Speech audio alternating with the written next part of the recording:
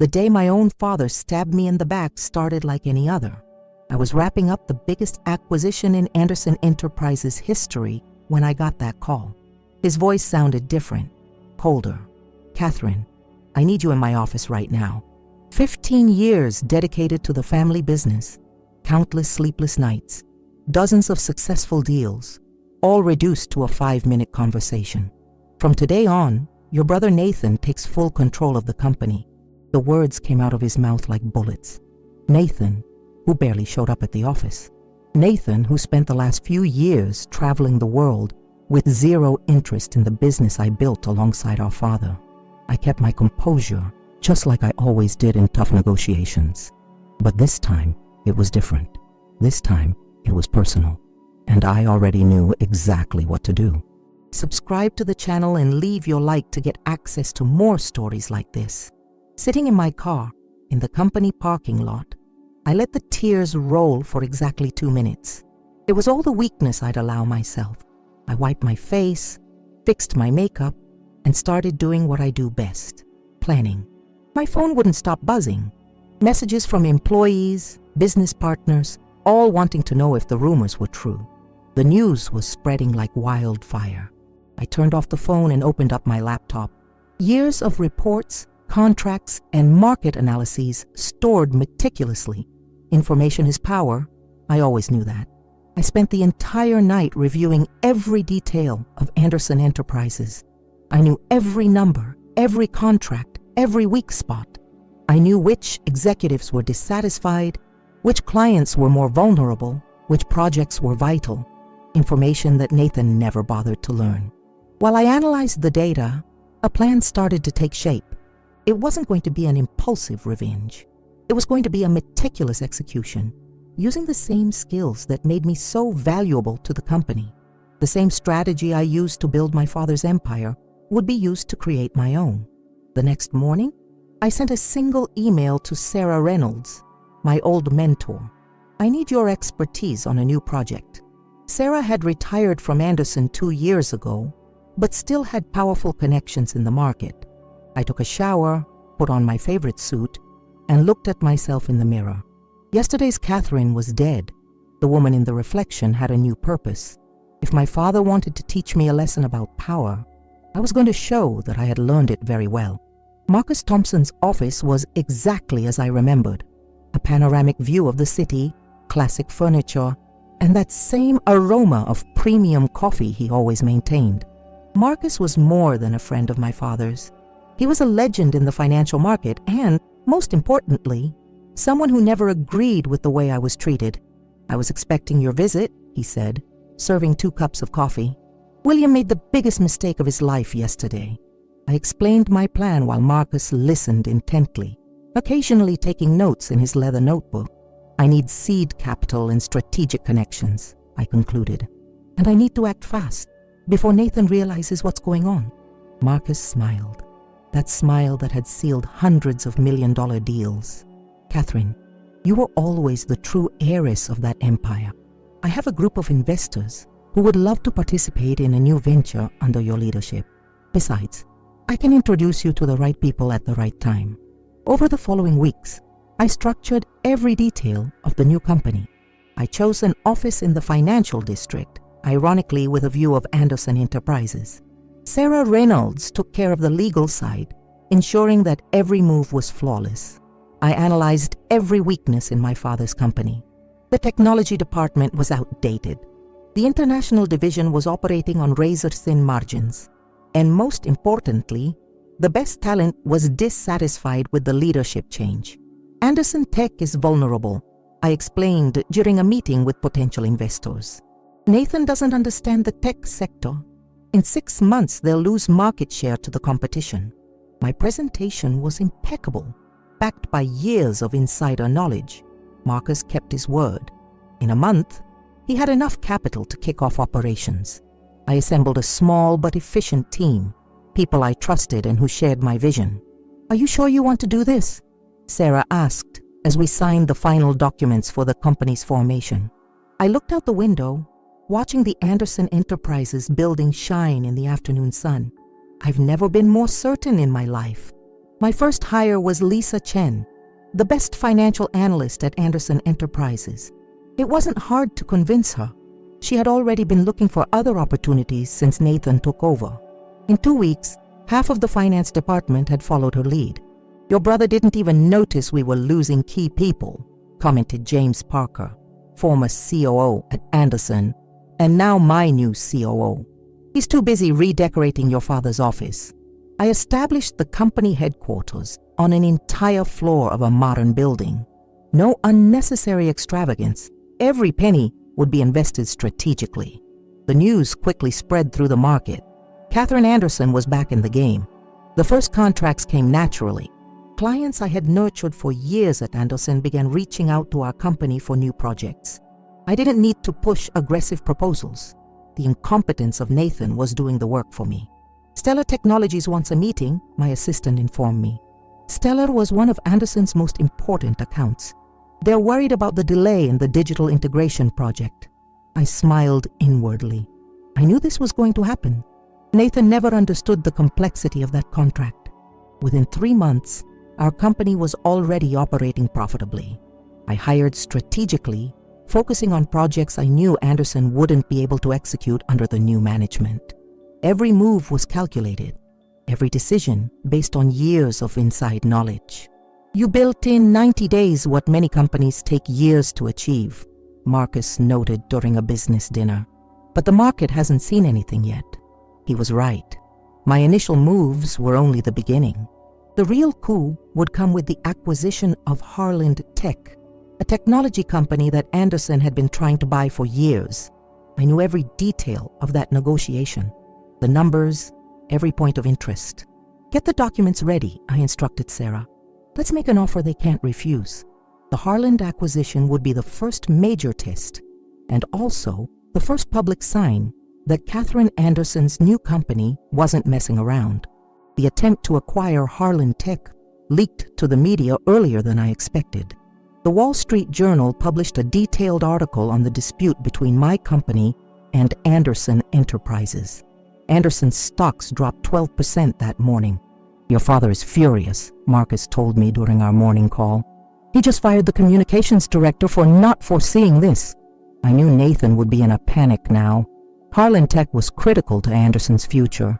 The final meeting with Harland's executives took place in their Seattle office. I presented our proposal, highlighting how perfectly our vision aligned with theirs. Everything was going as planned until Michael Davidson, Harland's CEO, asked the question I dreaded. "Why should we trust you after what happened with Anderson?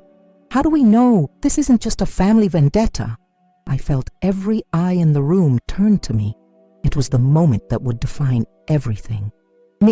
"Davidson, I'm not here for the Anderson name.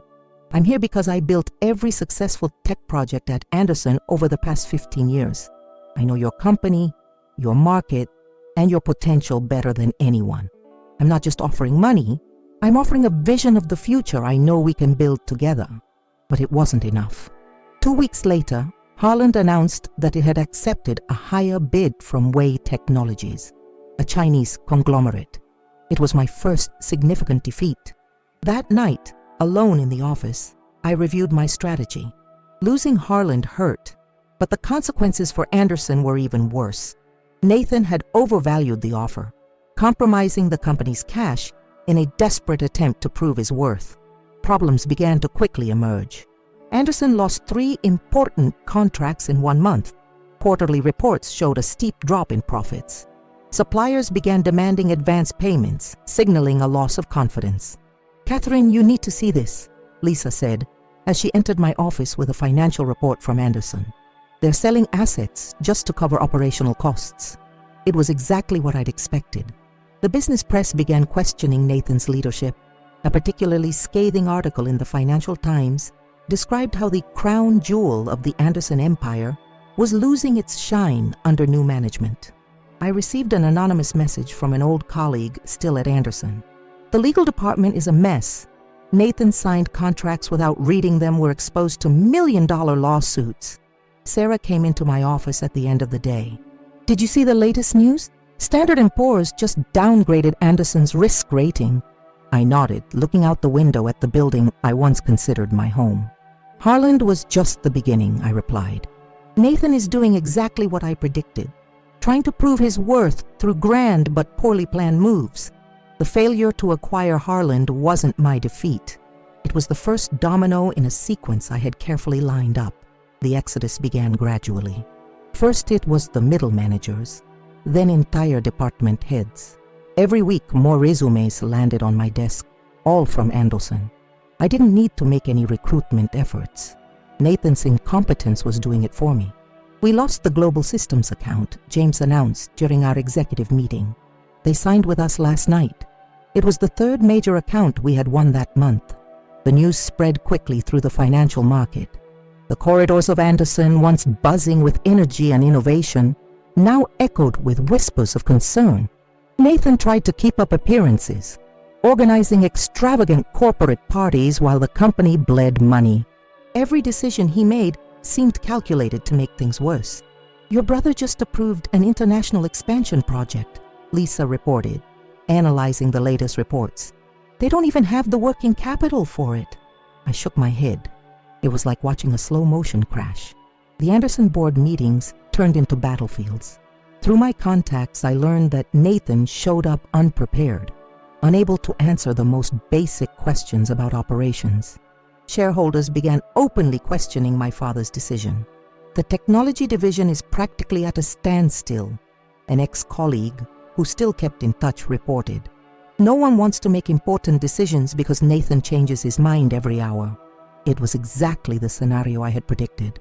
On one particularly tense morning, I received an unexpected call from Robert Chen, Anderson's largest international client. Catherine, we need to talk about a potential partnership. It was the moment I had been waiting for. Anderson's financial troubles began spilling over into the media. An investigative article revealed that the company was delaying payments to suppliers. The share price dropped another 30% in a week. Your father is trying to interfere with Nathan's decisions, Marcus informed me during our weekly lunch. But it's too late. The board is furious with the latest results. The irony wasn't lost on me. My father had created this mess with his own hands. Sarah came into my office with more news. The rating agency downgraded Anderson again.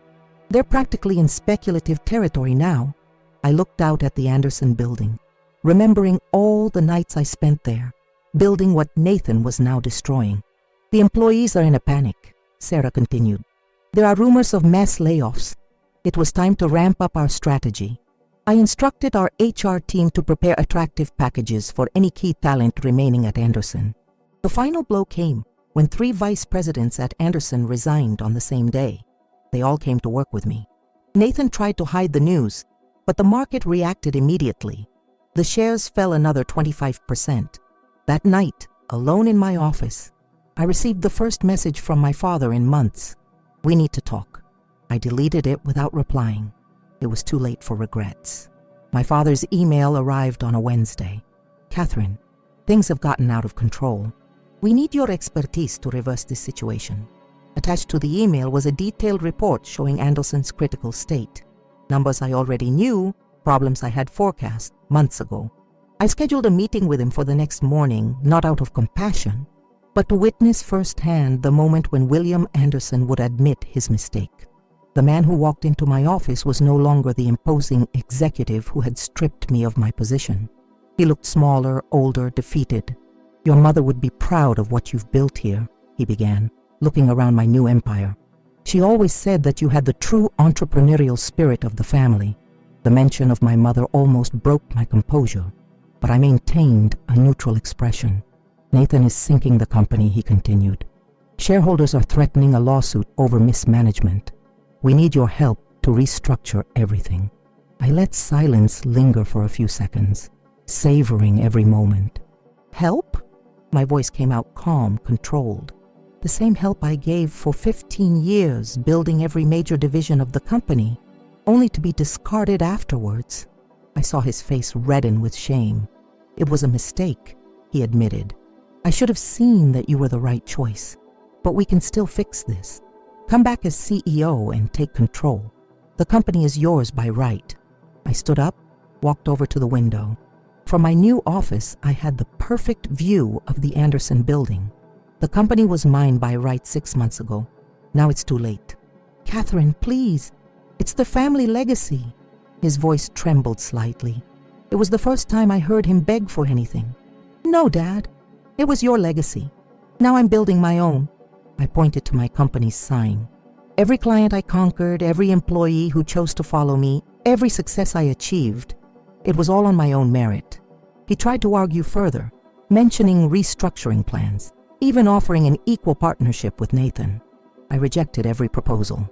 The market has lost confidence in Anderson. There's no turning back. When he finally got up to leave, he looked as if he had aged 10 years. At the door, he turned one last time. You've become a better businesswoman than I ever was. As soon as he left, Sarah came in with the final reports. Anderson lost 3 more important contracts today. Suppliers are demanding extra guarantees for any new deliveries. I nodded, already knowing what was coming next. Anderson Enterprises was in free fall, and I was perfectly positioned to pick up the pieces once everything collapsed. It was no longer about revenge. It was about proving my worth, not to my father or my brother, but to myself. Get the documentation ready, I instructed Sarah. When Anderson files for bankruptcy protection, I want to be ready to acquire the assets we're interested in. The official announcement came on a Monday. Anderson Enterprises is seeking bankruptcy protection. The financial news channels were all over it. The empire my father built over 4 decades had crumbled in less than a year under Nathan's leadership. I called an emergency meeting with my executive team. Anderson is vulnerable. Let's make strategic offers for the assets we want. I had spent the last few weeks preparing every detail of this moment, analyzing every division, calculating precise values. Your lawyers just sent the formal proposal, Sarah informed me as she handed over a folder. They want a meeting tomorrow. The bankruptcy plan was extensive, but I already knew exactly which parts of the company I wanted to buy. The meeting took place at the Judicial Administrator's office. Nathan didn't show up. I later learned he was at home, too devastated to face the situation. My father was there, sitting quietly in the corner as I presented my acquisition proposals. We want the technology division, the international client portfolio, and the intellectual property related to the last 5 innovation projects, I declared, laying the documents on the table. Our offer is 15% above the current market value. The judicial administrators exchanged surprised glances. My proposal was aggressive, but fair. More importantly, it was the only consistent offer on the table. Others were hesitant given the situation's complexity. We need guarantees that jobs will be maintained, argued the union representative. I smiled, anticipating this. All key employees will have their positions guaranteed, with benefits equal to or better than before. The negotiations lasted for hours. Every detail was scrupulously discussed, every number examined. In the end, I got exactly what I wanted. The most valuable and strategic parts of Anderson Enterprises now belong to my company. You planned this from the start, my father murmured as we met in the corridor after the meeting. It wasn't an accusation, but an admiring acknowledgement. Back in my office, I watched the activity at the Anderson building. Employees hauling boxes, security controlling access. The press gathered at the entrance. The end of an era. The contracts are signed, Sarah announced as she came in with the final documents. The transfer of assets starts tomorrow. I grabbed a champagne glass I had saved for this very moment. We're not celebrating Anderson's downfall, I explained to my gathered team. We're celebrating the birth of something new, something we built entirely on our own merit, our own skill. The news of the acquisition dominated the following day's headlines. My company's shares skyrocketed. The market recognized what I knew from the start. It wasn't about destroying the old. It was about building something better. That night, before leaving, I took one last look at the Anderson building. The lights, which used to shine late into the night, were off. One era had ended, but my story was just beginning. I found my father waiting in my office one Thursday morning. He looked thinner, his hair completely white now. He was holding an old leather briefcase that I instantly recognized. It was where he kept his most important documents. I came to say goodbye, he said, standing up as I entered. I sold my house. I'm moving to the ranch in Colorado. I stayed silent, watching the man I'd always considered invincible now look so fragile. I brought something for you. He opened the briefcase and pulled out a set of old photographs. The first showed my mother pregnant with me, smiling in front of Anderson's first office. The second was of me at 5 years old, sitting at his desk, pretending to sign documents. Your mother always said you were born for this. I should have listened to her. His voice faltered. Pride and stubbornness blinded me. I thought I was protecting the family legacy, but I ended up destroying everything I built. I took the photos, feeling the weight of the memories. You haven't destroyed anything, Dad. Nathan did. You just allowed it to happen. Catherine. He hesitated, searching for the right words. You did it. You proved your worth not just to me, but to the whole market. You built something even greater than I ever did. I stood up and walked to the window. The old Anderson sign was being removed from the building across the street. I didn't do this to prove anything. I did it because I was capable. I know. He moved closer, placing a hand on my shoulder. And that's why you deserve all your success. It was the first time I truly felt his pride in me. When he left, I remained looking at the old photographs. The little girl who dreamed of being like her father had become so much more. She had paved her own way, built her own empire. Sarah entered with the day's agenda, but paused when she saw the photos on my desk. Are you okay? Yeah, I replied, tucking the photographs away in a drawer. Now it's all okay. Subscribe to the channel and leave your like to get access to more stories like this. 1 year after Anderson Enterprises fell, my company became a leader in the sector. I expanded to 3 continents, opened offices in London and Singapore, and tripled the initial market value. The Wall Street Journal ran a story on my journey. Catherine Anderson, the Phoenix of Silicon Valley. I didn't give any interviews. I let the results speak for themselves. Nathan moved to Europe, where he runs a small vineyard. Sometimes I get postcards from him, short, polite, full of unspoken regret. I never reply. Occasionally, I visit my father at his ranch in Colorado. Our conversations are different now. He no longer tries to give me business advice. Instead, he talks about the past, about my mother, about lessons he learned too late. In my new office, I keep only 1 photo from the old Anderson Enterprises, the first headquarters where I started my career. Not as a reminder of what I lost, but as a recollection of what I overcame. Sarah still stands by my side, now as the executive vice president. Marcus Thompson has retired, but he still calls me weekly to comment on the market and share stories. At the last board meeting, we approved the creation of a mentorship program for female executives. It's my way of ensuring that others have the opportunities I had to fight for. The Anderson name still shows up in the headlines, but now it tells a different story. It's no longer about a family empire or corporate inheritance. It's about determination, competence, and the power to rewrite your own destiny. I built something bigger than a legacy. I built my own path. Subscribe to the channel and leave your like to get access to more stories like this.